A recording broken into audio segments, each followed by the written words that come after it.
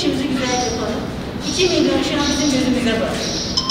O yüzden sizden istirhamı kendimizi koruyoruz, maskemizi takıyoruz, mesafemizi koruyoruz, halkımızı koruyoruz. Bu Gaziantep modeli ne derseniz dayanışma, dayanışma, dayanışma. Valiliğimizin himayesinde kurumlarla dayanışma. Sivil toplumla dayanışma, halkımızla dayanışma. Öyle bir sistem kurduk ki şu anda Vefa grubuyla birlikte, valimizle birlikte bir yazılım donanım altyapısı oluşturduk.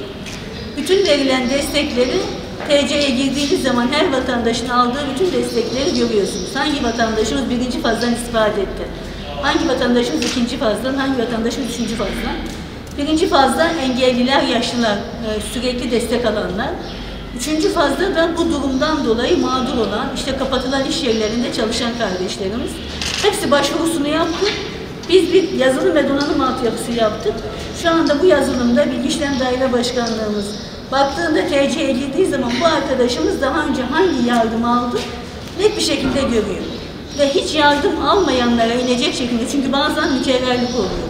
O ilçeye başvuruyor, öbür ilçeye başvuruyor, o kuruma başvuruyor. Bunu önlemek için bu yazılım ve donanımda daha önce destek aldıysa sen bu desteği aldın diye ona söylüyoruz. Bütün almayanlar alacak bir sistem kurduk. Şu anda 153'e gelen günlük bütün talepleri karşıladık. Valiliğimizin organizasyonunda onlara verdiğimiz, Vefa grubuna verdiğimiz lojistik destekle önce onu çalıştık. Sonra 153'e gelen, büyükşehir'e gelen bütün talepleri topladık ve Allah'ın izniyle bayrama giderken şimdi başkan yardımcımız, daire başkanı, bütün çalışma arkadaşlarımız, işte hoca bir ordumuz var.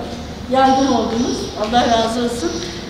Günlük gelen talebi günlük yerine ulaştırıyorlar mahalle bazlı.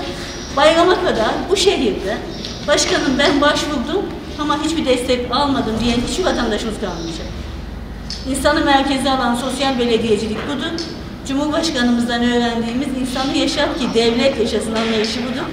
İnsanımızı yaşatmaya ve insanı merkeze alan sosyal desteğe devam edeceğiz. Öncelikle valimizin himayesinde bu bütün çalışmalarda, bütün kurumlara çok teşekkür ediyoruz.